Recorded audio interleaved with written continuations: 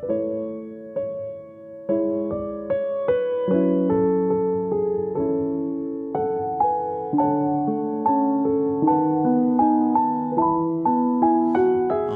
여러분은 자신에게 나는 탐욕이 있다, 뭔가 욕심이 있다라고 혹시 생각해 보신 적이 있으신가요? 아니면 내가 아직도 욕심이 있는 것, 어떤 탐욕을 품고 있는 것이 있는지 한번 생각해 보고, 또 그렇게 아무리 생각해 봐도 대체적으로 나는 욕심이 많구나, 나는 욕심쟁이구나 라고 생각하는 분은 혹시 있는지 모르겠어요. 대부분 내 자신을 보고 나는 욕심쟁이구나 라고 생각하는 분은 많지가 않고요. 오히려 욕심이 없는 옆에 사람이 욕심이 더 많다고 생각을 하죠. 같이 살아가는 분을 한번 보셔요. 같이 살아가는 그분이 욕심이 참 많죠. 아내는 남편이 욕심이 많다고 생각하고, 남편은 아내가 욕심이 많다고 생각하고, 내가 욕심이 많다고 생각하지는 않아요. 그리고 저 사람은 왜 저렇게 욕심이 많을까? 왜냐하면 우리의 타락한 본성 중에 내 자신의 탐욕 때문에 그 탐욕을 인정하는 것이 참 쉽지는 않습니다. 그래서 소비가 종교다라는 말이 있습니다. 소비, 쇼핑하는 것이, 돈을 쓰는 것이 종교다라는 말이 있습니다. 사람들이 종교에 빠져 있는 것처럼 소비에 빠져 있습니다. 그래서 텔레비전과 인터넷에 소비 종교, 더 새로운 소비 종교 나타나면은 무슨 말이냐면, 더 새로운 물건, 신상 물건이 나타나면요, 더 크고 더 좋은 것을 사려고 계속해서 TV, 특히 쇼핑 채널은 막 유혹을 하죠. 종교적으로 포교 활동을 한다고 하죠. 그렇게 해서 우리 안에 있는 탐욕이라는 것을 끄집어내고 그 탐욕을 가지고 소비를 하게끔 만듭니다. 우리는 주님을 믿기 때문에 소비가 종교는 아니지만 그래도 쇼핑하는 거 좋아하시죠? 약간 마음을 조금 새롭게 하기 위해서 스트레스 받으면은 쇼핑을 하러 가죠. 그리고 물건을 뭔가를 하나 사면은 기분이 조금 풀리죠. 돈이 없어서 못하지 않죠. 라자다에서 인터넷으로 장바구니에 넣었다 뺐다 하면서 그렇게라도 해야 조금 마음이 편하시다면은 나도 모르게 나도 소비 종교를 한 번쯤은 바라보고 있구나라고 생각할 수도 있어요. 그래서 미국에서 이런 연구를 했습니다. 사회적 비교, 광고와 소비자 불만. 이 연구서에 적힌 글에 의하면요, 소비자들은 하루하루 무수한 광고 이미지들에 마주칩니다. 많은 이미지들은 실제의 생활보다 훨씬 더 이상적인 생활을 묘사하고 있습니다. 이런 이미지들을 계속 접하면 소비자들은 기대가 높아집니다. 소비자들이 물질적으로 어떻게 살아야 하는가에서 영향을 받고, 그 결과 일부 소비자들은 현재의 삶에 부족한 것을 보면서 스스로에게 불만을 느끼고 더 많은 것, 더 좋은 것을 갈망하게 됩니다. 그래서 우리가 TV를 바라보면서 어떤 연예인들이 했던 좋은 굿즈를 바라보면은 그것을 내가 사고 싶어 하고, 또 옆에 집사님이 뭔가를 가방을 하나 사면은 자랑을 하지 않아도 내 눈이 쳐다보게 된다면 나도 모르게 욕심을 품고 있게 되죠. 그러면서 저 옷이 참 이쁘네. 옆집에 있는 참 김치 냉장고 새로 샀다는데 너무 좋네. 옆집에 차를 바꿨다는데 너무 좋네. 이런다면은 나도 모르게 더 많은 것을 추구하고 더 좋은 것을 갖고 싶어 하는 것이 있습니다. 더 좋은 것을 갖고 더 많은 것을 가지면 어떻게 좀 편해지고 좋아지던가요? 가끔은 이럴 때가 있죠. 내 실력을 안 되는데 제가 기타를 잘 못 쳐도 괜히 집사님 갖고 있는 기타를 제가 가지고 있으면 집사님만큼 기타를 잘 칠까? 집사님처럼 음료수 맛있는 걸 먹으면 나도 노래를 잘 부를까? 무슨 우유 드세요? 서울 우유를 먹으면 나도 노래를 잘할까? 괜히 잘하는 사람들 하는 걸 뭔가를 보면은 나도 그걸 보면 따라하면 나도 잘할 것으로 착각하기 때문에 아마 저런 소비를 하고 있겠죠. 남이 가지고 있으면 나도 갖고 싶고, 그리고 남이 다른 사람들 다 갖고 있는데 나만 갖고 있지 않으면 왠지 내가 루저가 된 것 같고 내가 저것을 가져야만 할 것 같은 그런 사회적인 심리적인 그런 것들 때문에 내가 더 불안을 느끼고 있기도 하죠. 그래서 남들이 가지고 있지 못한 것을 내가 인정하지 못하고 내가 뭐가 부족한데, 내 능력이 뭐가 부족한데 나도 가질 수 있어 라고 생각을 합니다. 그래서 현재의 삶에 자족하지 못하고 더 좋은 것, 더 나은 것, 더 멋진 것에 빠져 사는 것을 우리는 탐욕이라고 하고요. 세상 사람들은 소비 종교, 탐욕 종교라고 부르기도 합니다. 우리 대부분이 탐욕이 있다는 것을 별로 생각하지는 않고요. 또 그것이 있어도 뭐 죄로 이어지지 않으면 그것이 크게 뭐 대수롭지 않지, 뭐 그게 뭐 큰 문제가 되겠어. 그리고 그 탐욕을 가지고 내가 스스로 해결하고 이것이 누군가에게 피해를 주지 않으면 전혀 괜찮아라고 생각돼서 이런 탐욕이라는 것은 그 누구도 쉽게 인정하는 죄가 되지 않습니다. 그런데 오늘 말씀을 보면요, 10계명 마지막 계명으로 탐욕을 말을 하고 있죠. 내 이웃의 것을 탐내지 말라라고 하면서 탐욕에 대해서 말하고, 이전에 나왔던 9가지의 계명과는 다르게 눈에 보이지 않는 내 마음속에 있는 내 마음의 태도에 관한 것이기 때문에 뭐 이전에 나왔던 살인하지 말라, 간음하지 말라, 도둑질하지 말라, 거짓 증언하지 말라, 밖으로 드러내지 않아서 나도 그것이 죄인 줄을 몰라요. 그래서 스스로 인정할 수 없기 때문에 뭐 그것이 더 커져서 행동으로 나오면 죄가 아닐까, 또 아니면 뭐 조심해서 나만 가지고 있으면 되지 뭐 드러나지만 않으면 죄가 아니겠지, 나 혼자 숨겨진 죄이기 때문에 이것을 인정하는 것이 참 어렵다는 것이죠. 근데 오늘 이 계명을 보면요, 이전에 나왔던 계명들과 전혀 다른 것처럼 보이지만 이전에 나왔던 계명들과 오늘의 계명, 이것이 깊은 연관성이 있고요, 오늘의 계명을 다스리지 못한다면 행동으로 이전에 나왔던 죄된 계명들을 어기게 되는 그런 모습들을 우리에게 봅니다. 왜냐하면 우리 마음에는 마음의 생각들이 싹트고 그것들이 싹트면서 점점 욕심이 생기고 탐욕이 생기고 그러면서 죄로부터 이어지게 되기 때문이죠. 그래서 오늘은 마지막 계명인 탐욕이라는 계명을 바라보면서 하나님께서 우리에게 정말 말씀하시고자 했던 것이 무엇일까, 탐하지 말라는 것을 통해서 우리에게 하고자 하시는 것이 무엇일까라는 말씀을 오늘 볼 건데요. 오늘 10계명, 마지막 10계명인데 탐내지 말라라고 하면서 제일 먼저 말씀하시는 것은 내 이웃의 집을 탐내지 말라고 해요. 이웃. 그래서 우리가 남의 것을 탐내는데 내 이웃이 아닌 사람들의 것을 탐내면 되겠구나라고 생각을 할 수는 없을 거예요. 이웃이라고 했음에도 불구하고 누구의 것을 훔치거나 내 이웃의 것을 탐내는 것은 아닌 것을 우리는 다 알고 있죠. 지난주에 나왔던 9계명에서도 거짓말을 하지 마는 것, 거짓 증언하지 말 것에 대해서도 내 이웃에 대해서 거짓 증언을 하지 말라고 했기 때문에 나는 내 이웃이 아니라 멀리 있는 사람은 거짓말을 해도 될 거야 라고 생각하지는 않겠죠. 그런데 이 생각이, 이웃이라는 생각이 이전 구약시대에는 이스라엘 백성들이 이웃, 단지 내 이웃, 이스라엘 백성들 자신들의 공동체만을 표현하는 단어가 이웃이었어요. 그런데 예수님께서 그런 고정관념을 완전히 깨워주셨죠. 우리가 잘 아는 이웃을 설명한 누가복음 10장에 있습니다. 어떤 율법사가 예수님을 시험하기 위해서 묻죠. 선생님, 내가 무엇을 하여야 영생을 얻으리이까?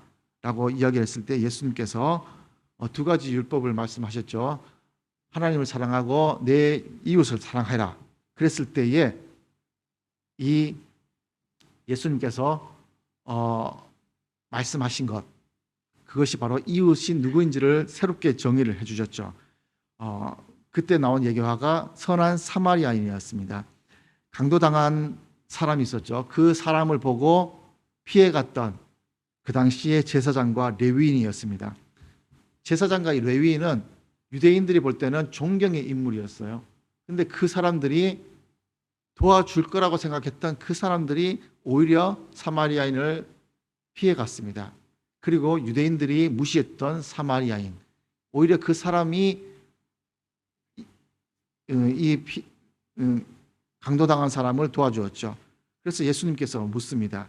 누가 내 이웃이냐라고 물었을 때에 이 율법사들도 지체하지 않고 자비를 베푼 자라고 말씀을 하고 있죠. 이 당시에 있었던 생각들, 이전에 있었던 생각들은 같은 이스라엘 백성들, 같은 민족으로서 함께 살아가는 그 공동체를 이웃이라고 생각했는데 예수님께서는 그 생각을 깨시고 사랑을 베푸는 사람들, 그럼 나에게 사랑을 베풀지 않고 나를 미워하는 사람은 이웃이 아닙니까? 아닐까요? 예수님께서 말씀하신 이 이웃은 이웃의 경계가 없다는 것을 이야기를 하는 거죠. 공동체라는 그 이스라엘 백성의 공동체라는 것을 깨부수는 이야기였기 때문에 단지 어느 사람을 이야기하는 것이 아니라 그 경계 없이 우리 주변에 있는 그 모든 사람을 이웃이라고 표현하는 것이죠. 그래서 우리의 이웃이 누구냐, 내 이웃이 누구냐라고 한다면 우리 주변에 있는 모든 사람들이에요. 그래서 이웃의 것을 탐내지 말라는 것은 내 주변의 이웃 옆집 사람만이 아니라 우리 교회에 있는 공동체만이 아니라 아니면 TV에서 나왔기 때문에 저 사람들은 나도 모르고 나는 베트남, TV에 나오는 사람은 한국, 그래서 저 사람 내 이웃이 아니야 라고 할 수도 있지만 그분들도 모두가 우리의 이웃이라고 하는 것이 예수님의 말씀이죠. 그래서 우리는 뭐 TV를 보다가 믿지 않는 사람들도 뭐 어려운 아프리카 사람들을 보면서 위에 있는 자막을 보면서 월드비전 땡땡땡 땡땡땡 이렇게 문자 보내면 얼마 이런 것에 나는 믿지 않고 어떤 그것이 없지만 그 불쌍한 마음으로서 그것을 돕는 경우도 보죠. 왜냐하면 그 사람들을 이웃이라고 여기기 때문에 그러죠. 그래서 어느 누구의 것도 탐내지 말라는 것이 오늘 본문입니다. 이 탐욕이라고 얘기하는데요. 이 탐욕은요, 탐심과도 다르다고 또 과욕과도 다르고 많이 다른 단어가 있습니다. 이 과욕이라는 것은 단지 욕심이 많다, 욕심이 과하다라는 뜻에서 과욕이라고 표현하죠. 그럼 탐심은 남의 것을 갖고 싶어하는 마음, 탐하는 마음을 탐심이라고 해요. 그럼 탐욕이라는 것은 이 두 가지를 합쳐서 얘기하는 거겠죠.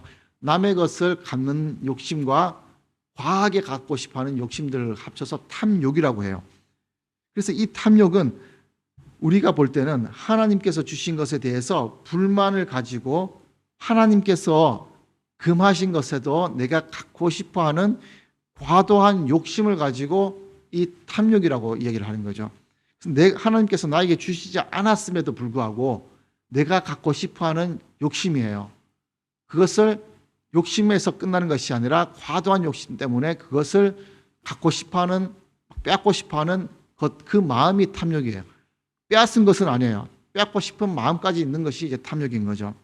이 욕심이 없으면 좋겠지만은 이 욕심이 우리 마음에 없을 수가 없습니다. 왜냐하면 이 욕심조차도 아담이 죄를 지을 때, 하가와가 죄를 지을 때부터 우리에게 나타났던 마음이었겠죠. 선악과를 따먹을 때를 한번 생각해 보면 하나님께서 선악과를 따먹지 말라고 해요. 분명히 얘기를 하셨죠. 그런데 하와가 따먹고 아담이 따먹었어요. 하나님께서 그것만 먹지 말라고 했는데 그러면 그 주변에 있는 그 모든 것들이 먹을 것이 분명히 있었습니다. 배불리 먹을 것도 있었고 그것이 아니어도 다른 곳에 먹을 것이 많았지만 괜히 하나님의 것이라고 하니까 괜히 하나님의 것이 어떨까 호기심이 생기고 과하게 그것을 탐하는 욕심까지 생겼죠. 그러다 보니 그 선악과까지 탐하게 되고 결국은 그것을 따먹게 되는 그런 모습까지 보이게 됩니다. 그러면서 그 아담의 마음에 있던 그 탐욕이 거기서 그친 것이 아니라 원죄로 내려오면서 계속해서 내려와서 모든 사람들이 갖고 있는 그 죄성 중에 하나로 이 탐욕이 생기게 됐죠. 그래서 우리가 옆에 있는 사람, 옆집에 있는 이웃의 것들을 바라보면서 나도 갖고 싶어하는 것, 그것이 생기게 되는 거죠. 그리고 이 마음이 넘어서 실천하게 되면요, 도둑질이라는 죄를 범하게 되고요. 그러면서 도둑질을 하지 말라는 하나님의 계명, 그 선을 넘어가게 되는 거죠. 그래서 탐욕은 하나님께서 이미 내게 주신 것에 대해서 자족하지 않고 불만하고 또 그것을 갖고 싶어하는 그 욕망이 되겠죠. 그래서 나에게 주시지 않았다면 거기에 대해서 불만을 갖지 않고 자족할 수 있는 마음이 있다면 아마 이 욕심들을 내려놓을 수 있을 것입니다. 왜 하나님께서 나는 안 주셨을까? 다른 사람은 다 주셨는데 왜 나에게는 주시지 않으셨을까? 이런 마음을 갖는다면 이미 우리는 이런 시기와 질투가 조금씩 나오면서 탐욕할 수 있는 마음이 싹트게 되겠죠. 어떻게든 내가 갖고 싶어하는 마음들 있을 것이고 나는 왜 이렇게 못생겼을까? 왜 나는 이렇게 가난할까?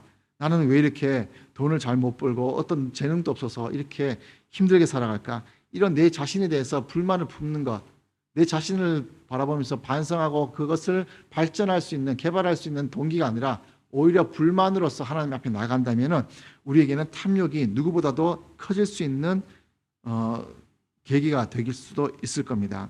이런 마음을 통해서 우리가 그 욕심을 크게 갖고 있음에도 불구하고 우리가 의식하지 못할 수도 있기 때문에 우리는 탐심 자체가 죄가 아니라고 여기기도 하지요.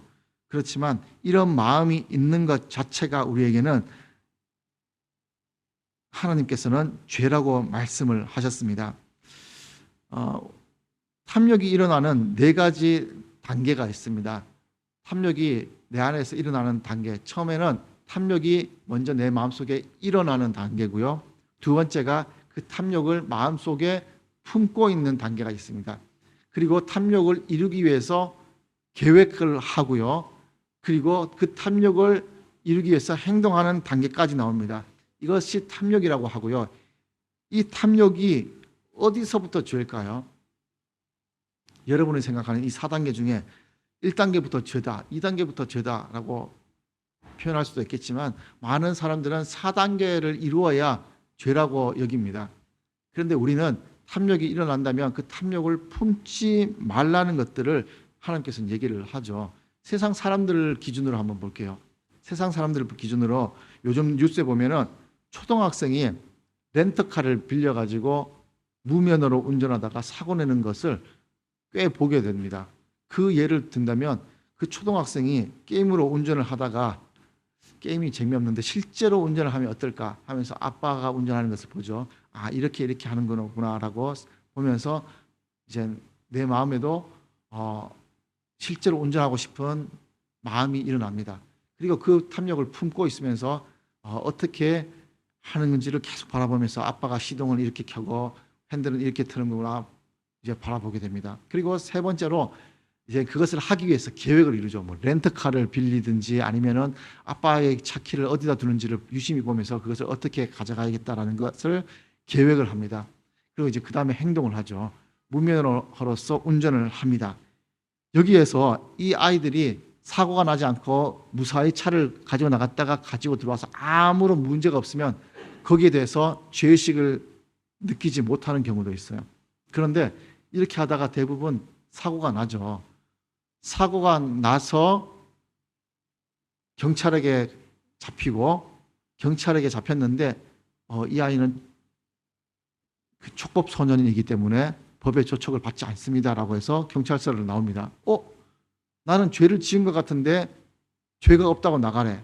그럼 이 아이들의 마음에는 또 뭐가 생기겠어요? 이게 죄가 아니구나라고 생각을 하게 됩니다. 그러면은 그 다음에도 그 죄에 대해서 반복을 하기도 쉽겠죠. 문제가 제기되고 사고가 나고 누군가에게 피해가 났음에도 불구하고 법적인 단계조차도 죄의식을 심어주지 못해요. 그런 사람에게 이런 1단계, 2단계, 3단계가 뭐가 문제가 있겠어요? 어디에서 죄의식을 느끼겠냐는 거죠. 그러니 탐심을 갖고 있는 것은 우리 속에 탐심을 갖고 그것을 이루는 것에서도 죄의식을 느끼지 못하는 것이 너무나 많습니다.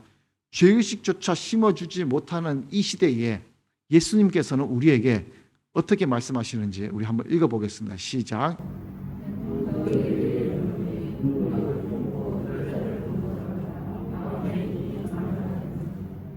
마음에 품고 있는 것조차가 죄를 지은 거라고 말씀을 하는 거죠. 그러니까 음욕을 품고 있는 것조차, 그러니까 어떤 탐욕이든지 내 안에 뭔가를 하고 싶어 하는 그 욕망이 일어나면 거기서부터 자제를 하고 우리가 품지 말아야 된다는 것을 이야기를 합니다. 그것을 탐욕을 품는 것 자체가 1단계가 먼저 그 마음을 생기도록 우리 안에 들어왔을 때 우리가 커트를 하지 않으면 2단계를 실행한다는 거죠. 그래서 남의 것을 속여서라도 빼앗고 싶어 하고요. 그래서 어떻게라도 내가 갖고 싶은 욕망을 이루기 위해서 나가게 되죠. 그래서 탐욕이 일어나고 탐욕이 내 생각 안에서 크게 일어나면요. 그 생각이 내 안에서 고정되고 품게 되고요. 그 생각을 이루게 되는 거죠. 그래서 닭이 달걀을 품는 것처럼 욕망을 품으면요. 언젠가는 부활하게 되겠죠. 우리 말씀에도 욕심이 잉태한 즉 죄를 낳고 죄가 장성한 즉 결국 사망을 낳는다는 말씀도 있습니다. 그래서 우리 안에 있는 욕심들, 탐욕들 그것부터 내려놓아야 됩니다. 우리나라 속담에 남이 떡이 커 보인다라는 속담이 있죠. 이 속담조차도 탐욕을 이야기를 하고 있습니다. 어떤 남의 떡이 커 보이지 내 떡이 커 보인 적이 있으십니까? 대부분은 내 떡이 커 보이는 적은 대부분 없어요. 그것 자체가 내 안에 탐욕이 있다는 것이겠죠. 20세기의 그 스펄전 목사님이 이야기하기를 나는 구원받은 사람들을 수없이 보았지만 그 중에 탐욕의 죄로부터 구원을 받았다고 고백하는 사람은 아무도 없습니다 라고 이야기를 합니다. 그리고 그 탐욕에 대해서 회개하는 것조차도 쉽지가 않아요. 내 마음에 욕심이 있습니다. 하나님 이거 품었습니다. 이런 마음을 품었습니다 라고 회개하는 사람조차 없는데, 그런데 사도 바울이 로마서 7장 7절에 고백하기를 우리가 무슨 말을 하리요? 율법이 죄냐? 그럴 수 없느니라. 율법으로 말미암지 않고는 내가 죄를 알지 못하였으니. 함께 읽어보겠습니다. 시작. 곧 율법이 탐내지 말라 하지 아니하였더라면 내가 탐심을 알지 못하였으리라. 율법이 십계명이 이것이 탐심이 죄라는 것을 알려주었기 때문에 바울은 내가 죄인이구나라는 것을 그제서야 알게 되는 거예요. 율법이 이것을 얘기하지 않았다면 그제 아직도 몰랐다는 거죠. 그래서 나는 죄를 지은 적이 없어라고 자부하다가 이 말씀에 사도 바울이 무너지는 거죠. 나도 죄인이구나. 마음속에 내가 죄를 품고 있고 이 죄를 이루기 위해서 내가 여전히 욕심을 가지고 있구나라고 생각을 하게 되는 거죠. 바울이 이런 탐욕이 죄라는 것을 인정하고 또 죄의식을 갖고 있는 것은 이 당시에요, 죄의식에 대한 혁명과도 같았어요. 한번 생각을 해보셔. 내가 이때까지 회개한 것 중에 이런 마음에 대한 회개를 해본 적이 있으셨나요? 어때요? 내가 누구의 것이 참 좋아 보이더라. 어떤 것이 좋아 보이더라. 저 사람이 저게 왜 더 좋아 보이지? 이런 욕심 갖는 것조차가 우리에게는 죄가 되는데 그것을 회개해 본 적이 없더라고요. 제가 지난주에 휴가를 갔잖아요. 휴가 가기 전에 제가 엄청나게 고민했던 것이 하나 있었어요. 뭐냐면요, 카메라를 살까 말까. 제 카메라가 전자제품인데 15년이 됐어요. 제 카메라가 2007년 제품. 그러다 보니까 크고 무겁고, 그렇게 크고 무거운 것에 비해서 사진은 퀄리티는 안 좋아요. 그런데 요즘은 이 조그만한 것이 가볍고 퀄리티가 너무 좋은 거예요. 그래서 내가 저걸 사마러 한 일주일 이상을 고민했던 것 같아요. 결국 사지는 않고 여행을 갔다 왔는데 이 말씀을 보면서 이것도 죄였구나. 나에게 갖고 있는 것이 쓸 수 있는데도 왜 그랬을까? 물론 이제 나중에 어떤 상황이 되면 바꿀 수도 있겠지만은 현재는 없어도 됐던 거였어요. 근데 거기에 대해서 내가 고민하고 이게 마음에 품고 나에게 과했던 것일까? 여러 가지 생각을 하면서 결국은 사진 않았지만 이 말씀을 보면서 그렇게 하는 것조차가 죄구나라는 것을 발견을 하게 되더라고요. 우리의 삶들에 대해서도 이 탐욕이 이어지면요, 이전에 나왔던 계명 9가지의 계명들을 어기게 되는 모태가 되는 시작점이 되는 것이 이 탐욕이 되겠죠. 그래서 이 탐욕이 우리 삶 속에서 어떻게 나타나는지를 바라보면요, 우리가 돈이나 자식에 대해서 탐욕하는 것, 그리고 제가 일주일 동안 카메라를 묵상하고 있었던 것, 이것이 1계명과 2계명을 어기는 모태가 되겠죠. 다른 신을 두고 만들지 말라. 제가 1계명은 범했더라고요. 말씀보다는 카메라를 묵상하는 것. 그리고 만약에 카메라를 샀다면 그것이 우상이 돼가지고 그것도 막 아끼지 않겠어요. 그 다음에 술을 마시지 않지만은 사람들과 2차, 3차까지 가는 것, 남들로부터 따돌림 받지 않겠다는 명예욕일 수 있고요. 이것이 하나님의 이름에 욕을 돌리지 말라는 3계명을 어기는 죄가 될 수도 있고요. 죄로 이어질 수도 있는 거고요. 또 주일에 복음으로 사람을 살리고 키우겠다는 것보다 오히려 내가 가게 문을 열어서 돈을 더 벌겠다는 것, 내가 출근해서 더 많은 돈을 벌겠다는 것, 안식일을 거룩하게 지키지 않는 4계명을 어기는 모태가 되고요. 또 부모의 눈을 피해서 형제 자매들끼리 더 많은 유산을 갖고자 막 싸우고자 하는 것들, 내 부모를 공경하라는 5계명을 어기는 수도 있고요. 남의 매장에 가서 남의 것을 빼앗아서라도 가져야 됐다. 저 사람이 왜 나를 이렇게 해코지하지? 내가 저 사람만 없으면 편할 거야. 내가 성공할 거야 해서 그 사람을 살인하는 것, 그런 마음들도 생길 수 있을 것이고요. 또 결혼을 했지만 저 남자 너무 멋져, 저 여자 너무 이뻐라고 마음에 품으면서 간음을 할 수도 있고요. 또 가짜 영수증이나 남의 돈을 탐하는 것, 그래서 도둑질을 할 수도 있고요. 위증을 해서라도 일단 돈을 벌겠다는 것, 내 이익을 챙기겠다는 거짓말을 하지 말라는 구계명을 어길 수도 있고요. 그 마음에 있던 탐욕들로부터 앞에 있는 모든 계명들을 어길 수 있는 모태가 되기 때문에 하나님께서는 마지막으로 탐욕의 뿌리까지, 이 죄를 범하지 않기 위해서 탐욕의 뿌리까지 내려놓으라는 것을 우리에게 말씀을 하고 있는 거죠. 그래서 우리의 마음 속에 일어나는 그 시작점부터, 죄의 시작부터 막아라 라는 것을 구계명을 통해서 이야기를 해 주시는 겁니다. 이 탐욕이 오늘 계명을 보면요,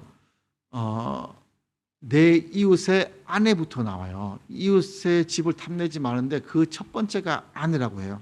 그러면은 생각을 해볼 수 있는 것이, 남의 이웃집에 있는 집이라든지 차라든지 뭐 냉장고, 집에 있는 그 좋은 것부터 탐하는 것이 아니라 이웃의 아내, 어떻게 보면 우리에게 있는 그런 욕심들이 더 나타날 수도 있다는 것을 우리에게 얘기를 하는데, 그 예가 다윗의 예입니다.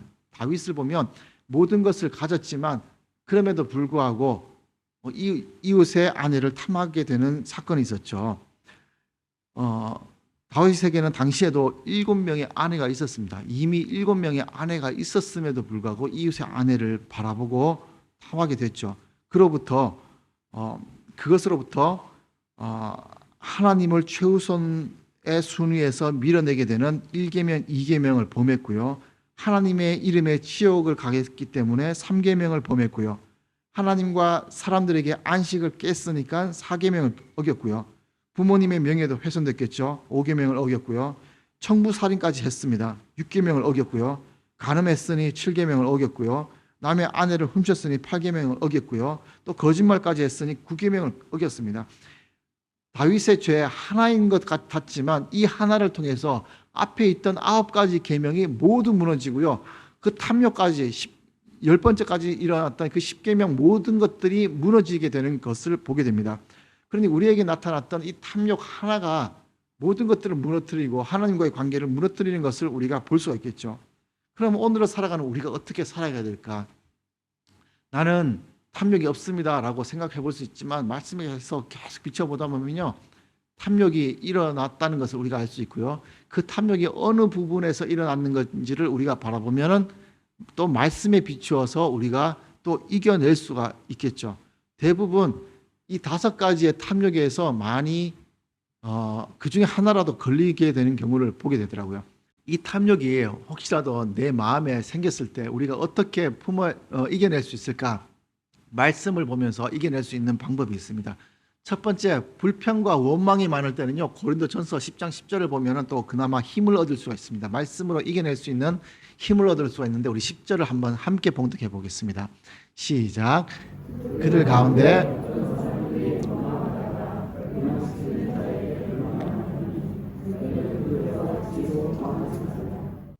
네, 그리고 두 번째는 다른 사람이 가진 것과 비교해서 시기와 질투가 일어날 때는 고린도후서 12장을 보면 되는데요. 내가 갈 때에 너희를 내가 원하는 것 같이 보지 못하고 또 내가 너희에게 원하지 않은 것과 같이 볼까 두려워하며, 시작.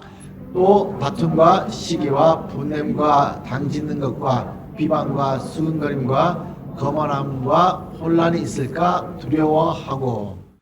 이렇게 시기할 때 이 말씀을 보면 도움이 될 거고요. 또 물질에 대해서 집착할 때는 누가복음을 보면 될 것 같아요. 20절, 21절 한번 읽어보겠습니다. 시작.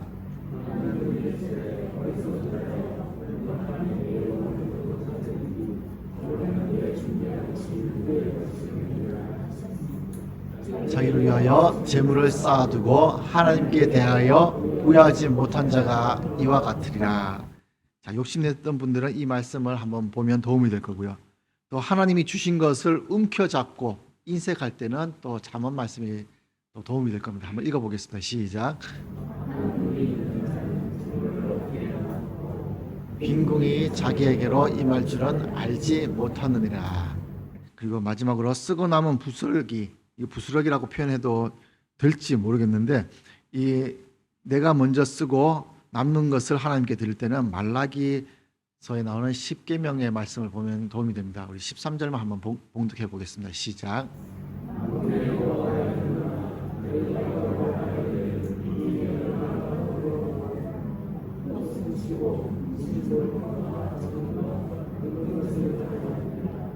너희가 이같이 봉헌물을 가져오니 내가 그것을 너희 손에서 받겠느냐? 이는 여호와의 말이니라.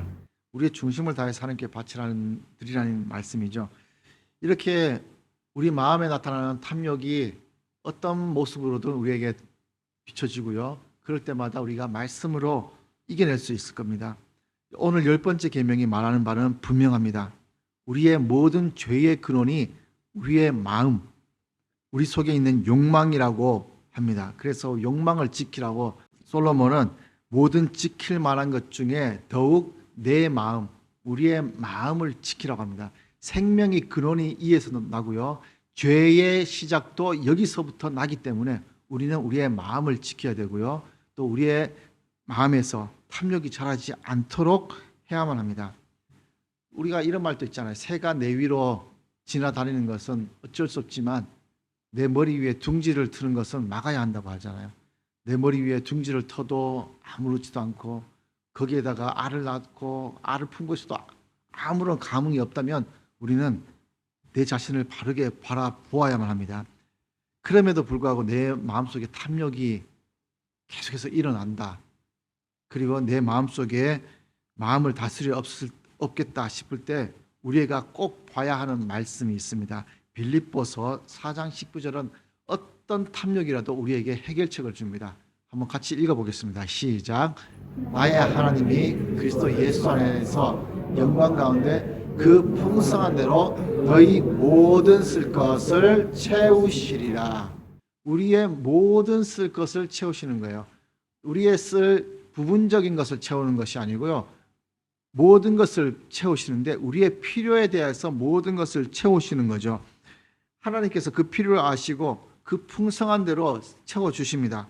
그 얘기는 나에게 있는 것은 내가 필요하다는 것이고요. 나에게 채워주지 않는다는 것은 여전히 나에게 필요 없기 때문에 여전히 채워주지 않는다는 것도 이제 말씀을 하고 있는 거죠. 그렇기 때문에 너희에게 쓸 것을 모든 것을 채워주시리라라는 이 말씀이 우리에게 힘이 되고 어느 순간에도 나에게 채워주셨구나라는 것을 바라보아야만 합니다. 그렇게 하나님께서 채워주시는 것을 바라볼 때 옆에 있는 사람들의 좋은 것, 저게 아니어도 돼.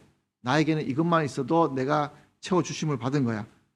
그렇게 만족할 수 있는 삶을 살아야겠죠. 또 분명히 하나님께서 모든 쓸 것을 채워주셨음에도 불구하고 이웃의 것만이 아니라 하나님의 것도 탐내는 경우가 있죠. 괜히 11조를 드리는 것에 대해서도 아까워하고 탐욕이 일어나고 또 하나님의 것을 하나님께 돌려드리는 데도 욕심이 일어난다면 우리가 이 욕망의 끝을 어디선가 붙잡아야 되고요. 분명히 그 모든 것을 채워주시는 하나님을 믿지 못하는 어떤 마음이 있다는 것을 이야기를 하겠죠. 그래서 우리 마음속에 분별을 잘 해야 됩니다. 이것이 나에게 필요한 것일까? 나에게는 필요 없는 것일까? 나에게 채워주시는 것일까? 아니면 나에게 채워주지 않기 때문에 내가 필요 없는 것일까? 그런 분별을 하지 못한다면요, 우리가 바리새인들과 다를 게 없죠. 그릇은 깨끗이 씻어놓고 그 안에 담긴 것은 정욕으로 가득 차고 탐욕으로 가득 차 있기 때문에 우리가 우리 마음속을 깨끗하게 비워야만 하고 깨끗하게 거룩하게 분별해야 하는 거죠. 하나님께서 우리에게 필요한 만큼 채워주셨고요. 그 필요한 것을 가지고 만족하게 살 수 있기를 우리에게 말씀을 하고 있습니다. 탐욕을 막는 것은 거의 불가능하다고 이야기를 합니다. 그래서 늘 하나님의 약속의 말씀을 더욱더 기억하고 그 약속 채워주신다는 말씀을 믿고 있어야 합니다. 그래서 나에게 채워주지 않는 것은 나에게 필요가 없다는 것도 믿으시고요. 하나님께서 나의 필요를 아시고 그 풍성한 대로 쓸 것을 채워주시나고 믿는 것, 그 자체가 감사한 일이고요. 그렇게 감사가 일어나는 것이 우리에게는 은혜가 되겠죠. 그 믿음을 통해서 이웃의 것을 탐하지 않게 되고요. 나에게 가진 것을 내가 자족하면서 만족하며 감사할 수 있는 것이죠. 왜 나에게는 이것이 없지? 필요 없습니다. 하나님께서 채워주신 것은 필요한 것이고요. 그리고 이것을 왜 나에게 주셨을까? 필요 없는 것 같은데 라고 생각이 되지만 어디선가 하나님께서 그것을 사용할 수 있게끔 주시는 것이죠. 나는 살아가는데 100원만 있어도 되는데 왜 1,000원을 채워주실까? 900원은 다른 데서 필요할 때를 알려주실 것입니다. 그렇게 하나님을 믿으시고 하나님의 채우심을 믿으시고 내 마음속에 있는 탐욕을 내려놓는, 그래서 하나님께서 채워주시는 은혜를 경험하시고 그로 인해서 내 마음속에 있는 탐욕들을 다 내려놓고 어떤 죄된 것도 내 마음속에서 꿈틀거리는 것이 없고 거룩한 마음으로 내 마음을 채우시는 우리 거룩한 베들교회 성도님들 되시기를 축원드리겠습니다. 기도하겠습니다. 하나님 감사합니다. 오늘 말씀을 통해서 마지막 10번째 계명, 내 마음속에 일어나는 탐욕을 바라보았습니다. 나는 탐욕이 없고 욕심이 없다고 생각되지만 말씀에 비추어 보니까 나에게도 욕심이 생기고 무언가를 갖고 싶은 탐욕이 있음을 알게 됩니다. 그럼에도 불구하고 하나님의 약속의 말씀을 붙잡습니다.